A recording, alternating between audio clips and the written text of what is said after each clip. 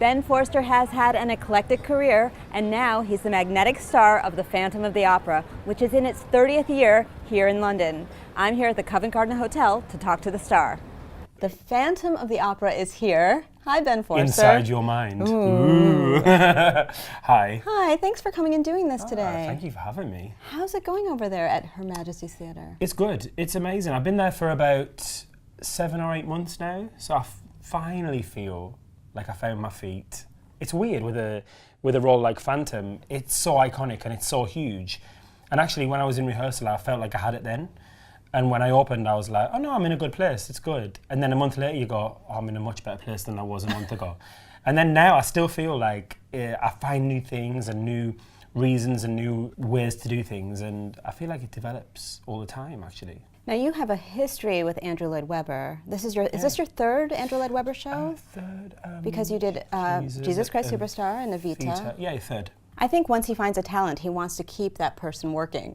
And there's so many opportunities for that. I think the great thing about Andrew that he is one of the main people that see people for having many sides. I think he doesn't just pigeonhole someone. I think if he sees that you're talented enough to do one thing, he can go, actually, maybe he will be good at this. And when he listens to you do it, then, you know, you can see that we are all really versatile. You know, a lot of the time actors get put into a box. I think Andrew's really good at knowing that people have different abilities and wanting to push people also to see the other sides, which he's done for such a long time. You know, he always has unusual casting choices in things, and they're always usually genius. So, you know, he's a genius. He knows what he's doing.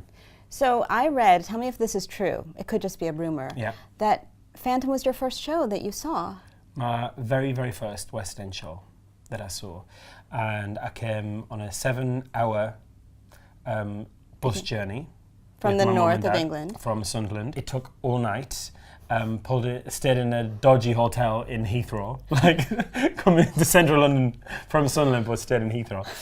But it was like I think it was like a trip that you pay, like a package. Oh, I see. You get to London, you stay in a hotel, you eat McDonald's and you go to the theatre. That sort of. How old were you? I was 10. Oh, okay. And it was like the most exciting thing. I remember sitting in the theatre watching Phantom, and it's just so magical, and it's so beautiful. And I remember being in awe. I remember going outside and sitting on the bus and saying to my mum, do they all get paid for that? Like, that's a job. That's a real job. And she was like, yeah, that's what they've chosen to do, and they've dedicated their whole lives to it. And I was like, yeah, that's what I want to do. And now you're full circle, you are the Phantom. Yeah. It's amazing. And for the 30th anniversary, which is coming up this fall. I feel so lucky. I mean, it's such a beautiful thing to be involved in at such an amazing time. You know, 30 years. It's amazing, Phantom, that it's run for 30 years, because we still sell out. You know, we've been sold out for 2 weeks. The last 2 weeks is completely sold out, no spare seat, which is so rare. I mean, there's brand new, brilliant shows in London that everyone wants to go and see, and we're still selling out. It's incredible. Is there a brotherhood of Phantoms? I know you're friends with Ramin Karimloo. I am, yeah. And John. On John's, yeah. There isn't, I mean, I think that we all kind of give each other a nod, you know, there's a mutual respect. I just did, I was doing Elf the musical in the West End over Christmas, and my Father Christmas, Mark, was an old Phantom. And he was like, oh, you're going to have a lovely time. He told me all the do's and don'ts and all the tricks. Are there tricks? Well, there's things that can help you survive. It is a difficult thing. It's very difficult, and also, you know, the main thing is the emotion and the shouting and being, you know, the Phantom. You have to use so much power in your voice, and I think that's the kind of thing that I've now, like 8 months on, I'm like, okay, I know where to shout, where to hold back, you know, and you have got to discover that, actually. And you have such an eclectic resume, because I can't think of another Phantom that was Buddy the Elf, or in Rocky Horror. Yeah, Buddy the Elf was, within a week, going from Buddy to Phantom was Whiplash. hard. It was weird for my brain. But I wouldn't have it any other way. I feel so lucky. I mean, yes, I can, you know, play an idiot and, you know, do the whole comedy thing, which I love. I mean, making 2,200 people in the Dominion Theatre, hell with laughing, that is a gift as much as making people cry in Phantom or making them terrified of you or making them fall in love with you, you know, it's all the reason why we perform. It's the reason why we want to do it, is to evoke emotion in people, and whether it's laughing or crying or being scared or falling in love. It's an amazing ability to be able to do that as an actor. I don't think our American viewers or audiences really know that you won the Jesus Christ Superstar talent competition, I guess I could call it that. Yeah, it was kind of like American Idol, but for a role. Was it cutthroat for you? It was awful.